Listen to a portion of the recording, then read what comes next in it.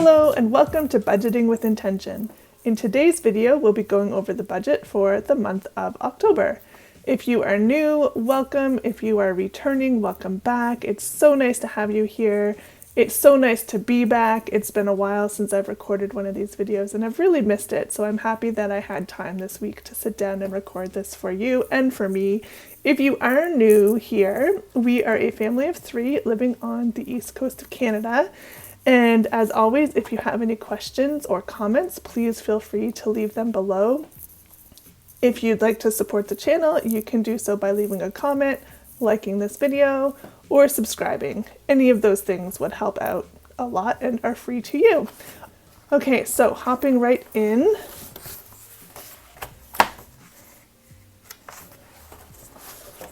I've got our monthly plan for October. I've already gone ahead and filled out the calendar with all of the expenses that are coming out, and I'm just going to highlight the pay days now.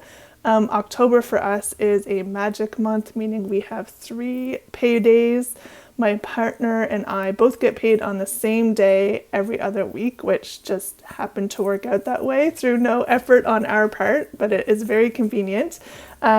So without further ado, let's just start coloring here. So first payday is on the 3rd, and that pay period takes us all the way up to the end of the 16th, and then the next payday is on, what is that, the 17th, and that takes us up to the end of the 30th, and then the last day of our month is our final paycheck, and that will take us into November. And I decided to go with some nice autumn colors here today since it's officially fall now, which is my personal favorite time of the month or the year. So what have we got? Yeah, 3 paydays. The third one really doesn't contribute much to this month, but it will definitely help with November's expenses, especially in the first couple days.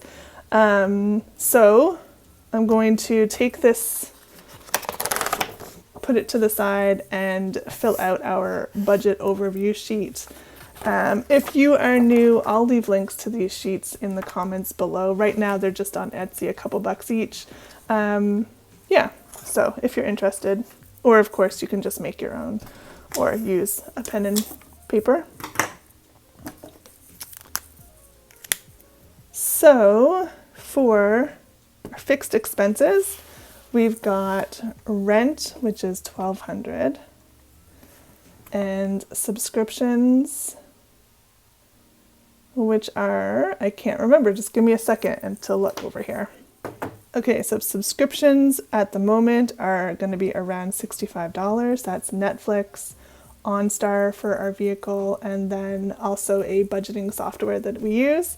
Bank fees are $4. Internet is going to be $191. Let me just double check that. Okay, yep, it's $191.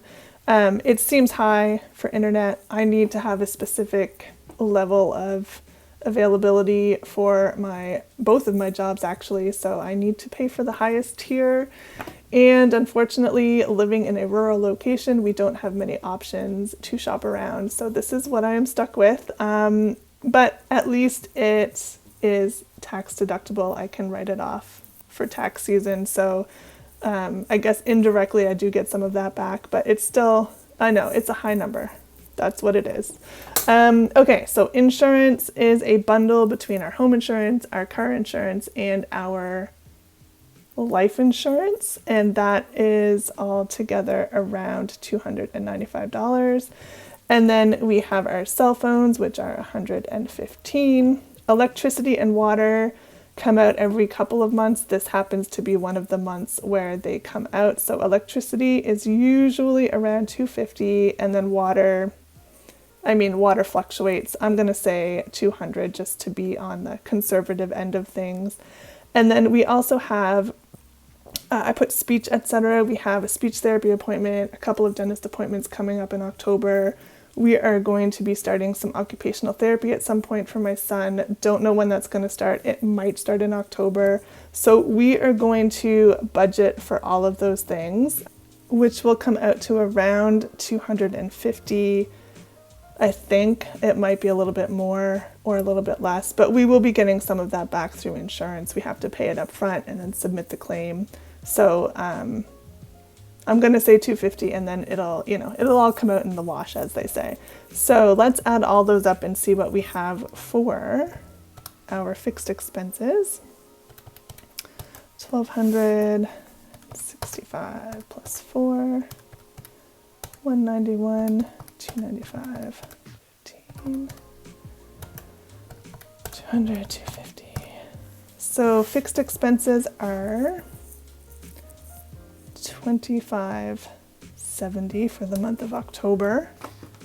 So how are you all doing? Are you going into fall with open arms, or are you wishing that it could be summer forever? I, for one, love the fall.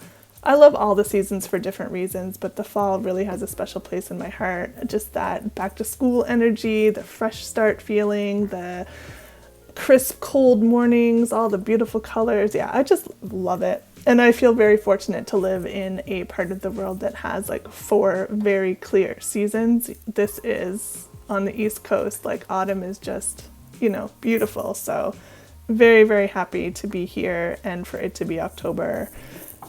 Yeah. If you feel like sharing in the comments, you can tell me if you also love autumn or if you're missing the summer. Yeah, let me know where you are and what your weather's like right now. I'd love to know.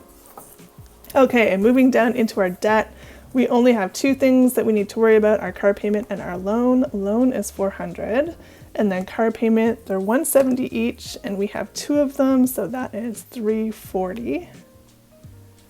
And together, $740. Okay, and then groceries, we're going to plan for $600 towards groceries this month. We're going to do $240 for gas. And then pharmacy and household will put aside $50 for. Pocket money we'll do $100. And then other we'll do $50. So let's add that up, see what we've got.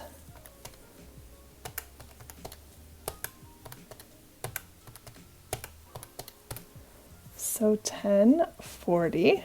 Okay. And then last section here is our sinking and savings, or our savings and sinking fund.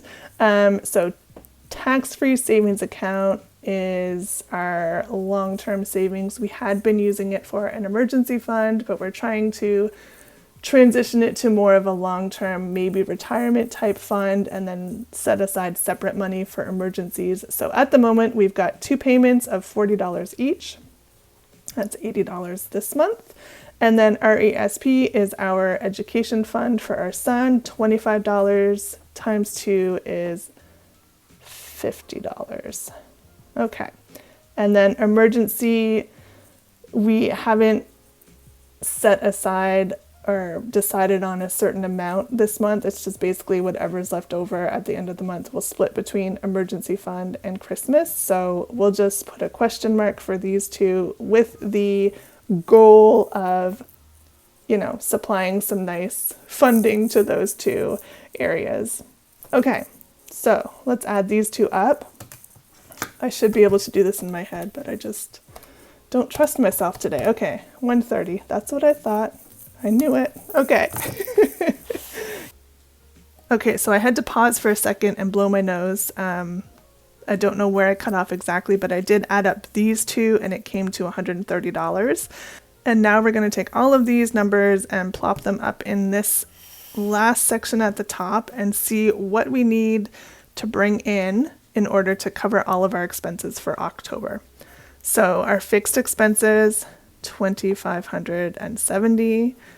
Our variable expenses, $1040. Debt repayment is $740. And our savings and sinking is $130. So let's add those up.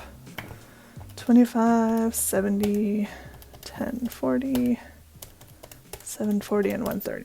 4, 4, $4,480. Okay, so we need a total of $4,480 plus some extra to put into our emergency and Christmas fund, of course, but at minimum $4,480 to cover all of our expenses in October. I just noticed that this sheet is looking very white. I'm just going to add some autumn colors here because, you know, it's just what I love to do. So we'll make a nice little autumn color scheme. And as I do this, let me just thank you once again for watching this video and hanging out with me as I go over our budget for the month of October. I really appreciate all of you for stopping by and watching these videos and the comments and all of that. This community is so amazing. Yeah, okay, so that's it for today. Thank you again. We'll see you in a couple weeks and have a great one. Bye.